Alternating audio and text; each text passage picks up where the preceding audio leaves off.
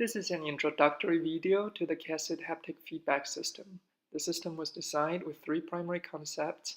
First, the hardware interface with the robotic surgical system was primarily composed of 3D printed parts so as to allow future customization based on the application in mind. Second, the system functions independently as an add-on component to the robot, so it could be modified to work with most robotic surgical systems with the master-slave configuration. And finally, force information was provided through a simulated sense of touch rather than visual or auditory sensory substitution. The system infrastructure consisted of three main elements: force sensor, control system, and tactile actuator.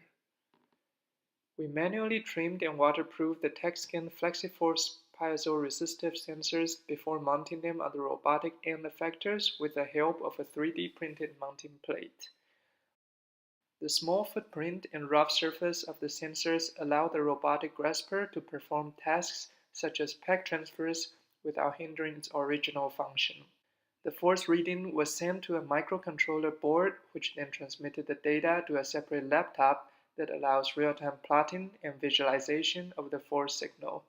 This was processed and transmitted to the tactile actuator.